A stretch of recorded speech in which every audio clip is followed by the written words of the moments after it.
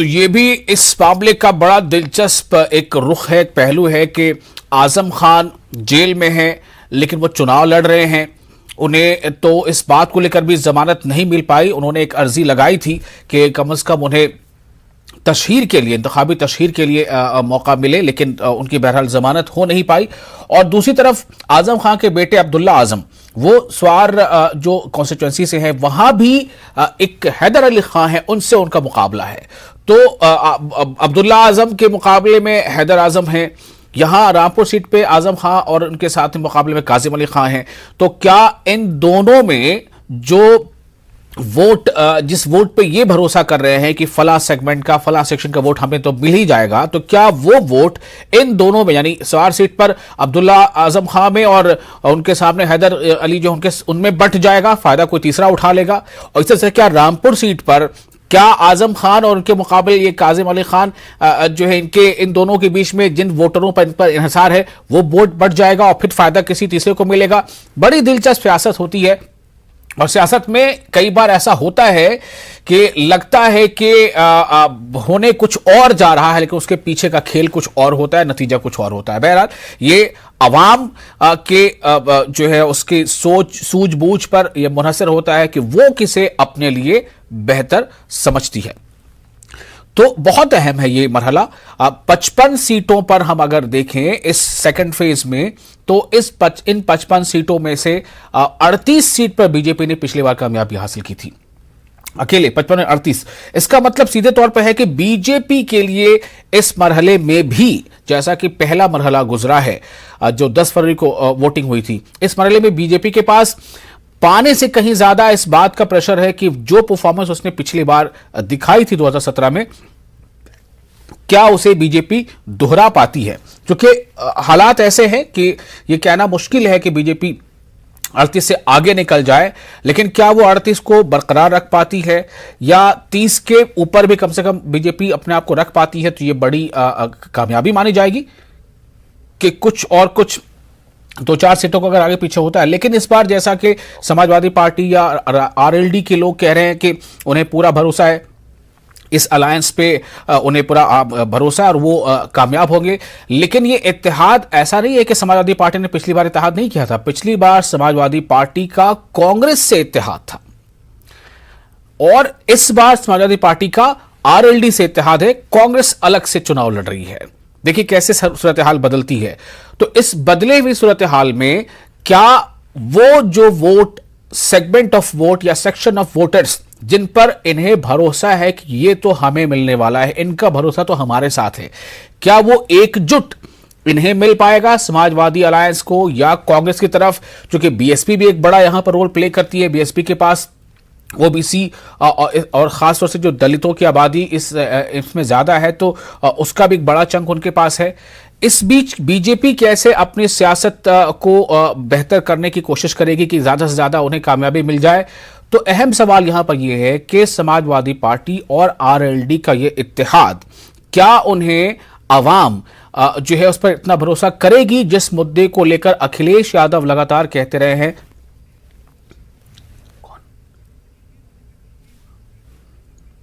और हम अब एक बार आपको बात करते करते ले चलते हैं अब गोवा की तरफ, क्योंकि मैंने आपको पहले बताया कि गोवा में भी, उत्तराखंड में भी, उत्तर प्रदेश में भी वोटिंग जारी है। गोवा में 40 सीटों में इंतखाब हो रहे हैं। वसीम अंसारी हमारे साथ मौजूद हैं गोवा से, हमारे नुमाइंदे। वसीम, गोवा में वोटिंग मेरा ख्याल है 6 बजे तक होनी है, तो अभी जो है 4:15 होने को है। कितना % वोटिंग वहां पर अभी अंदाजा किया जा? चूंकि पिछली बार गोवा में 83% ऑफ वोट हुआ था, 83%। गोवा में अक्सर वोटिंग का परसेंटेज बहुत ज्यादा होता है। छोटी रियासत है, 40 सीटें हैं और बहुत तरह की पार्टियां हैं। क्या कुछ आप वहां महसूस कर रहे हैं इस बार गोवा में? देखिए, सबसे पहले मैं आपको बताना चाहूँगा कि गोवा की जो वोटिंग परसेंटेज है इस बार हो सकता है कि जो पुराने रिकॉर्ड है 83% उसको तोड़ दे, क्योंकि अब तक जो सरकारी आंकड़े सामने आए हैं 3 बजे तक का जो आंकड़ा है 60% अब तक वोटिंग हो चुकी है गोवा में। और अब भी आप देख सकते हैं कि अलग अलग पोल पे किस तरह से बाकायदा यहाँ पे लाइन लगी है। और सबसे खास बात है, इस बार जो चुनाव आयोग ने तैयारियां की है, एक अलग ही तरीके से ये थीम बनाया उसने, ग्रीन पोलिंग स्टेशन, यानी कि एक हरियाली साफ तौर पे दिखाने की कोशिश की गई है। कोविड को लेकर यहाँ पे कई तरह के जो पाबंदियां थी उसको ध्यान में रखते हुए वहाँ पे सुरक्षा के इंतजाम किए गए हैं। और जिस तरह से एक पूरी लाइन यहाँ पे अब तक दिखाई दे रही है, इससे अंदाजा लगाया जा सकता है कि जो आखिरी के 2 घंटे है वो काफी अहम हो सकता है। इन 2 घंटे में जो वोटिंग परसेंटेज है और भी बढ़ सकता है। और जहां तक कई पार्टियां यहाँ पर इस बार चुनाव में अपनी किस्मत आजमा रही हैं, और खास करके 301 कैंडिडेट इस बार के चुनाव में 40 सीटों को लेकर, नॉर्थ गोवा और साउथ गोवा, इन 2 जगहों पर बाकायदा जिस तरह से चुनावी माहौल साफ तौर पे दिखाई दे रहा है, लोगों की भीड़ दिखाई दे रही है, ये अंदाजा लगाया जा रहा है कि कुछ देर में जब फाइनल आंकड़े आएंगे तो हो सकता है जो पिछले बार का जो आंकड़े थे 83% उससे तोड़ दिया जाएगा। जहां तक हर पार्टी की बात करें तो सभी का दावा है कि वो जीतेंगे एक और अपनी सरकार बनाएंगे।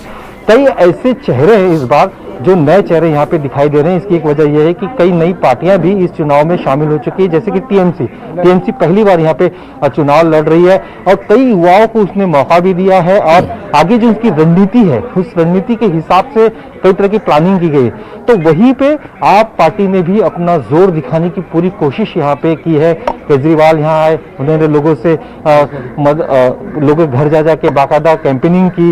यहाँ पे टीएमसी में जब तो उनकी कैंपेनिंग चल रही थी, कई ऐसे कांग्रेस और बीजेपी के जो नेता थे वो टीएमसी में शामिल हो, तो आने जाने का सिलसिला हर पार्टी का एक दूसरे से चल रहा था। वसीम, मैं आपसे एक सवाल यहाँ पे करना चाहूंगा कि गोवा एक छोटी सी रियासत है, महज 40 सीटें हैं कुल मिलाकर वहां पहले से कांग्रेस और बीजेपी की मौजूदगी रही है।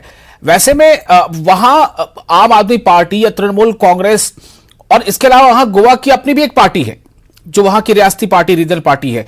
तो इन पार्टियों को आखिर गोवा से क्या लगाव नजर आता है? आम आदमी पार्टी गोवा पहुंच जाती है, टीएमसी गोवा पहुंच जाती है, और वहां के जो लोग हैं वो इस बात को किस तरह से ले रहे हैं?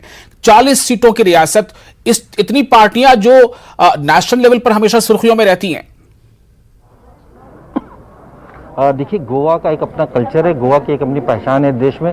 पर्यटन के तौर पर सबसे ज़्यादा गोवा का अगर नाम लिया जाता है, सबसे पहले गोवा का नाम आता है। अगर यहाँ देखा जाए तो सबसे अहम बात यह है कि गोवा के जो अहम मुद्दे हैं, इसमें सबसे पहला मुद्दा है कि पर्यटन को लेकर किस तरह से जो भी गवर्नमेंट बनती है वो कैसे बढ़ावा देगी। यहाँ पे सबसे ज़्यादा रेस्टोरेंट्स, होटल देखने मिलते हैं, तो एक पूरी श्रृंखला साफ तौर पर होटल इंडस्ट्री की दिखाई देती है। साथ ही जो टैक्सी चालक है, जो पर्यटन से आते हैं, उनसे उनका रोजगार चलता है। यानी कि गोवा की जो इकोनॉमी है उसको सबसे अच्छा रेवेन्यू ये डिपार्टमेंट की तरफ से आता है, यानी कि जीडीपी पे सीधा असर करता है। तो लोग ये भी चाहते हैं कि जो भी सरकार आए इस पर पहले ध्यान दे। और सबसे दूसरा अहम मुद्दा है 2012 में जो माइनिंग बंद हुई थी, उसके बाद वो चाहते हैं कि जो भी सरकार है वो इसे शुरू करे और लीगली तौर पर जो भी इसमें अमेंडमेंट हो सकते हैं वो अमेंडमेंट करे, और उसके बाद लोगों को रोजगार दे। क्योंकि बहुत सारे ऐसे तबके थे, बड़ा तबका था जो इस बिजनेस के साथ जुड़ा हुआ था, वो अब भी घर में बैठा हुआ। तो लोगों की उम्मीद है और कई पार्टियों ने इस बारे में लेकर अपनी अपनी राय भी रखी है कि हम किस तरह से आने वाले दिनों में इस चीज़ों को हम यूटिलाइज करेंगे।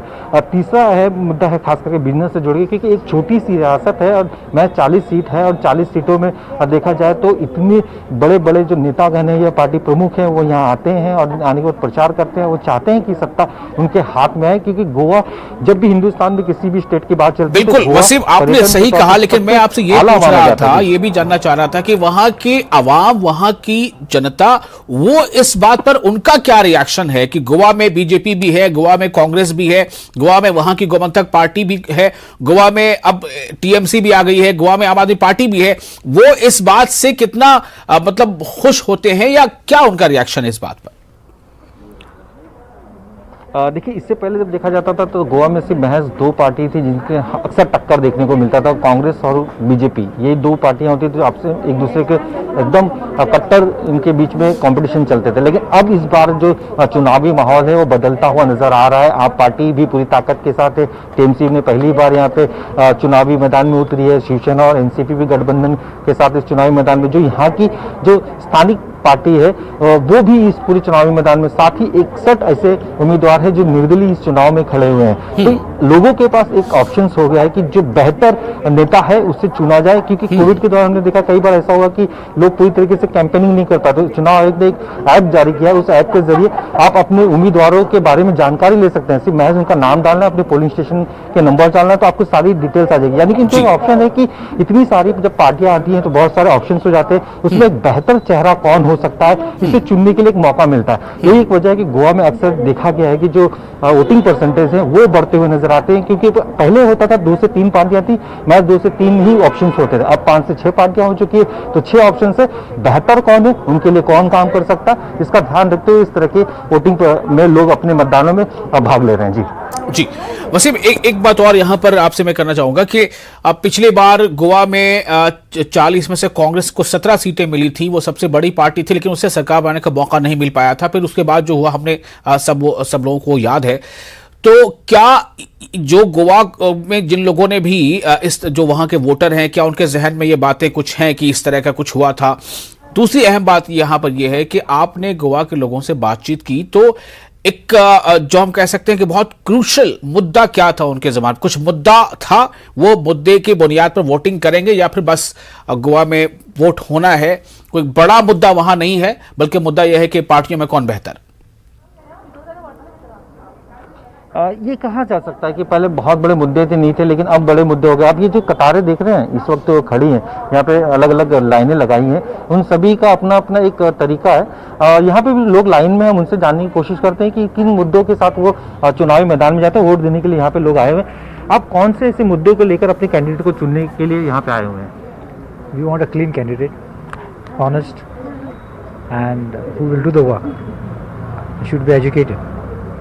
That is more important for us. आपकी क्या डिमांड होगी अगर कोई आपको जीत के आता है तो? There is no demand. Only thing he has to do the good work. What is required only he has to do. He should not do for himself, but he has to do for the public first.